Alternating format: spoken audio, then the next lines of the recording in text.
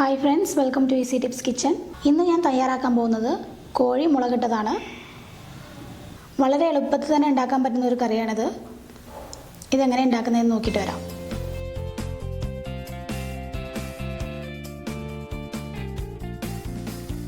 ഇത് ഉണ്ടാക്കാൻ വേണ്ടി ഞാനൊരു മൺചട്ടിയാണ് എടുത്തിട്ടുള്ളത്. ചട്ടി നന്നായിട്ട് ചൂടായി കഴിയുമ്പോൾ അതിലേക്ക് 3 ടേബിൾ സ്പൂൺ വെളിച്ചെണ്ണ ചേർത്ത് കൊടുക്കാം. വെളിച്ചെണ്ണ ഒന്ന് ചൂടായിട്ട് വരുമ്പോൾ അതിലേക്ക് ഒരു സവോള അരിഞ്ഞത് ചേർത്ത് കൊടുക്കാം. നന്നായിട്ടൊന്ന് മിക്സ് ചെയ്ത് കൊടുക്കാം.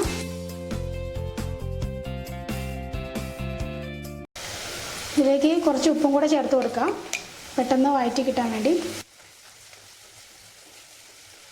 ഇതിപ്പോൾ ഏകദേശം 5 മിനിറ്റ് ആയിട്ടുണ്ട്.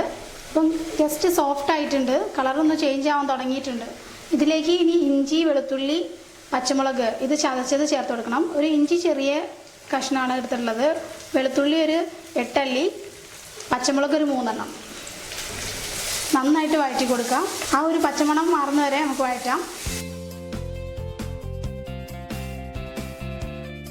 ഇഞ്ചിയുടെയും പച്ചമുളകിൻ്റെയും ഒക്കെ ആ ഒരു പച്ചമണം മാറിയിട്ടുണ്ട്. ഇനി ഇതിലേക്ക് ഒരു തക്കാളി ചേർത്ത് കൊടുക്കാം.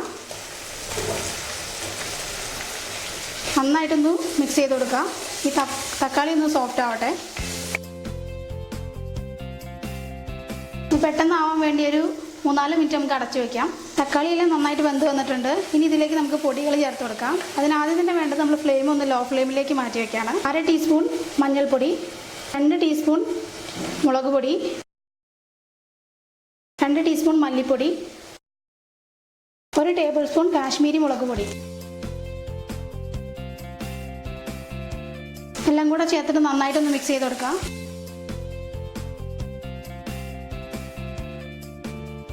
ഈ പൊടികളെല്ലാം 1 മിനിറ്റ് ഒന്ന് ചൂടാക്കി കൊടുക്കാം, അടി പിടിക്കാതെ നോക്കണം.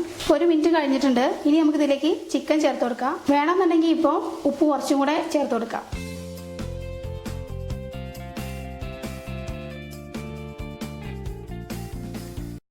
നന്നായിട്ടൊന്ന് മിക്സ് ചെയ്ത് കൊടുക്കാം. ഞാനിത് 1/2 കിലോ ചിക്കനാണ് എടുത്തിട്ടുള്ളത്.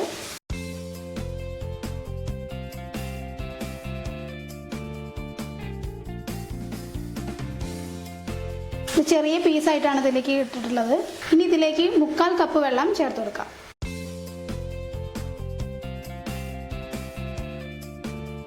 നന്നായിട്ട് മിക്സ് ചെയ്തിട്ട് അടച്ചു വെച്ച് വേവിക്കുക. ഒരു 15 മുതൽ 20 മിനിറ്റ് വരെ ആണ് ഇതിൻ്റെ വേവ്. ഒരു മീഡിയം ഫ്ലെയിമിലേക്ക് ആക്കിയിട്ടുണ്ട്. ഇനി നമുക്ക് അടച്ചു വെച്ച് വേവിക്കാം. ചിക്കനൊക്കെ നന്നായിട്ട് വെന്തിട്ടുണ്ട്. ഇനി ഇതിലേക്ക് കറിവേപ്പിലയും കൂടെ ചേർത്ത് കൊടുത്തിട്ട് നന്നായിട്ടൊന്ന് മിക്സ് ചെയ്ത് എടുക്കാം.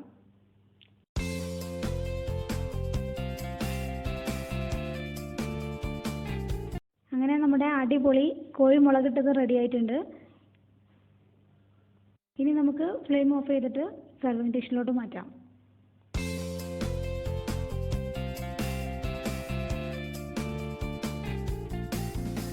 ഈ കറി നെയ്ച്ചോറിൻ്റെ കൂടെയാണ് സെർവ് ചെയ്യുന്നത്.